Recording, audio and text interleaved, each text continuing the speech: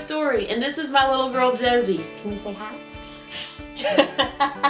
She's about 18 months old and just a bundle of energy and pretty much a sweetheart, except for each day around about 1:30 when I go to put her down for a nap time, and she stages a full-on revolt, which involves screaming and crying and gnashing of teeth.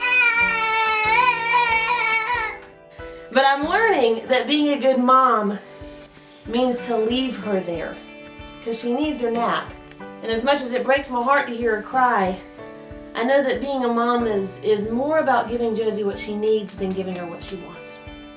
And that's the scenario that I was thinking of this morning as I was reading from Psalm 120.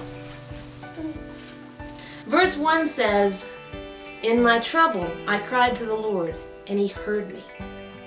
And I think on an intellectual level, I believe that God hears me.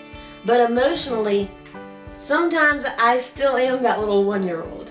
I think that God hearing me should result in Him answering me the way that I want Him to, and answering me immediately.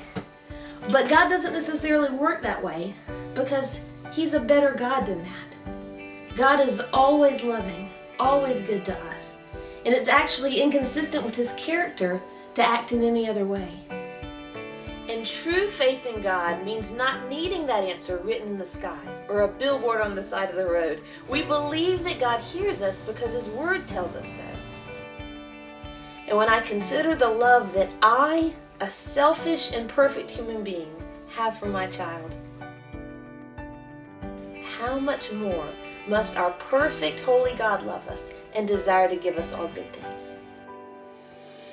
And I'm learning all of these things, not just from His Word, but just from being a parent. It's the saying no to Josie. Not because I don't care, because of how much I care. It's having sometimes to leave her in her crib crying during that nap time when I'm just 10 feet away outside the door. And it's that special moment of embracing after that waiting time. Of picking up my little girl in her pee-stained diaper and just hugging her little neck and tickling her little belly. Because I delight in her more than words can express. Yet, it's only a fraction of how deeply the Father delights in us. So I pray that today, that you would know, that you would believe with your whole heart that God hears.